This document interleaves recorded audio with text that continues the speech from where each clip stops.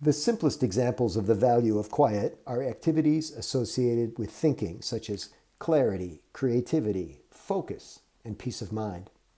Some would include meditation and yoga, but the key to achieving a quiet mind is not a fancy app or an expensive class.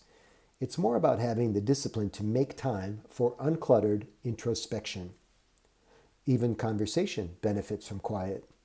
Language experts measure the pace of speech by words per minute. Most of the speakers here today are coming in at about 150 WPMs.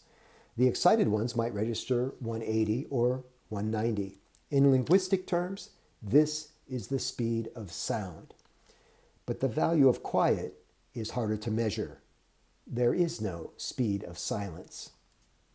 When conversing, there's more to silence than being quiet for chunks of time. For example, there's the space between the words. A slight pause has a remarkable effect. Almost forcing the listener to focus on what's not being said. The musician Sting talks about the space between the notes. In music, that space is often referred to as syncopation. For a masterclass in syncopation, the silence between the notes, check out Roxanne, the reggae-flavored hit from Sting's early band, The Police.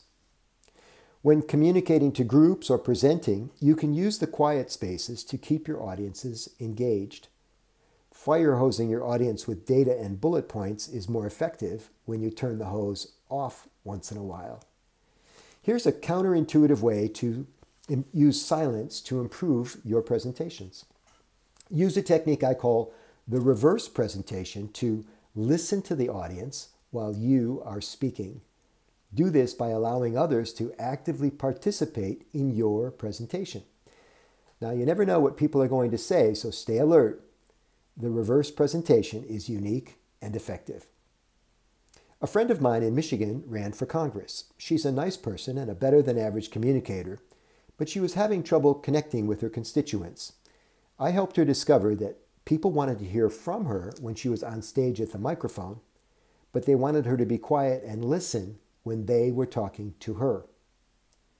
The art of silence is used in business all the time. The best consultants and customer service reps are expert listeners.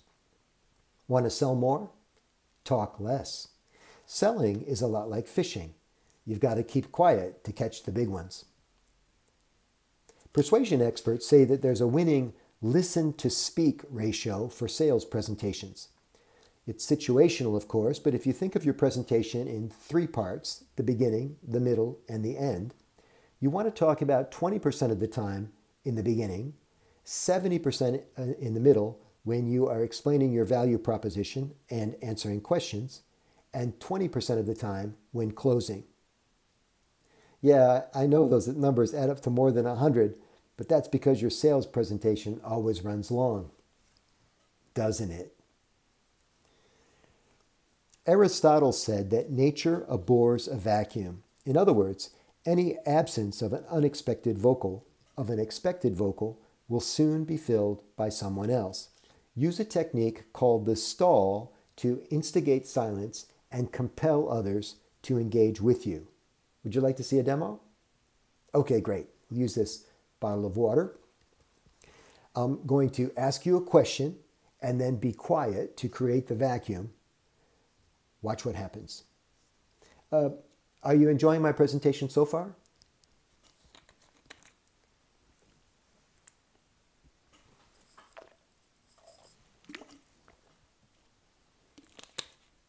I like to use a screw-on cap because it takes a little longer. By the time I'm done, someone almost always speaks up. Questions are cool conversation hacks that ensure you aren't known as a person who talks too much.